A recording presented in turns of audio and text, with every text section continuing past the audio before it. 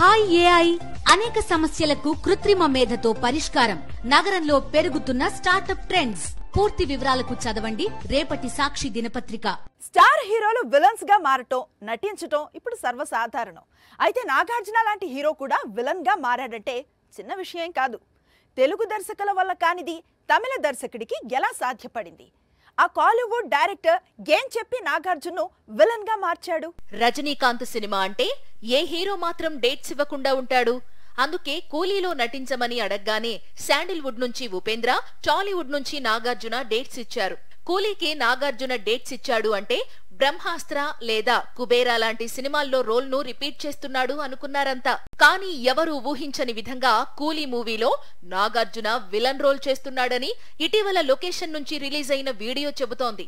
టాలీవుడ్ మన్మధుణ్ణి కోలీవుడ్ స్టైల్లో complete killer గా మార్చాడు తమిళ దర్శకుడు లోకేష్ కనగరాజ్. తెలుగులో ఇప్పటికీ టాప్ హీరోగా కొనసాగుతున్నాడు నాగార్జున. అలాంటి హీరో తెలుగు చిత్రంలో కాకుండా తమిళ సినిమాలో విలన్ గా నటించేందుకు డేట్స్ ఇచ్చాడంటే లోకేష్ టాలెంట్ ను మెచ్చుకోవాల్సిందే. అయితే కూలీలో నాగార్జున విలన్ రోల్ ఆఫర్ చేసినా నో చెప్పకపోవడానికి రీజన్ లోకేష్ గతంలో తెరకెక్కించిన విక్రమ్ ఫిల్మ్.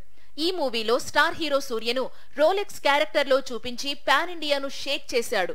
ఇప్పుడు ఇదే క్యారెక్టర్ ను చూసి నాగార్జున కూలీ కోసం విలన్ గా మారినట్లు సమాచారం.